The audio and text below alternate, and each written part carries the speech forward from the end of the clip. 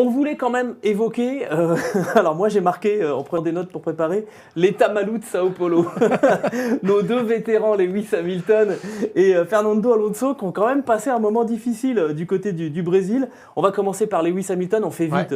Son meilleur moment, c'était l'essai de la McLaren de Senna en 90. Ce que je peux comprendre. Ouais. Mais bon, on l'a senti ronchon, démotivé, 10e à l'arrivée, qui s'est beaucoup plaint de sa voiture. Alors que pendant ce temps-là, George Russell, il était en train de faire la course en tête. Ouais. Et que sans ce bouleversement, il était quand même bien parti, soit pour gagner, soit pour faire podium.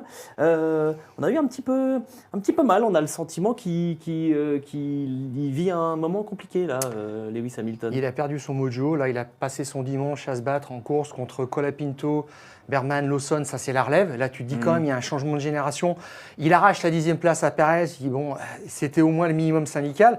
Mais il s'est plaint d'une Mercedes difficile à piloter tout le week-end.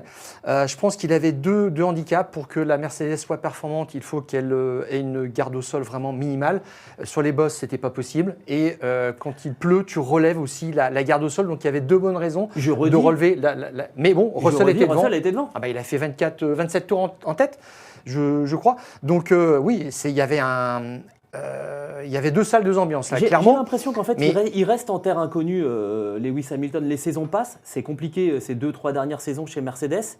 Et finalement, il a toujours pas pris ses marques dans ce milieu de peloton. Lui, c'est un pilote qui doit jouer devant. Et il n'est pas habitué à ça, c'est toujours pas sa langue naturelle. Il a complètement lâché surtout l'affaire. Là, il dit « je suis occupé à autre chose » quand on lui parle de ses courses ou de la lutte pour le championnat. Je ne me bats pas pour le championnat.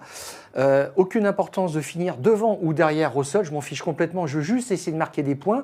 Et puis, si je pouvais avoir une voiture qui rebondit moins pour les 3 dernières courses, ça m'arrangerait. Voilà, je marquerais peut-être un petit peu plus de points.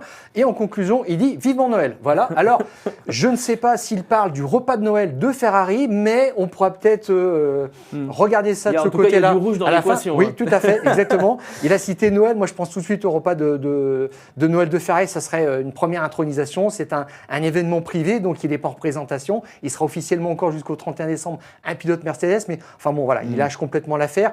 Et puis, y compris sur quelques données de base, quand même, dans son rapport en duel par rapport à Russell. En qualif, ça fait du 16-5 pour Russell. Et là, il a perdu aussi la 6e place ce week-end par rapport à Russell au championnat.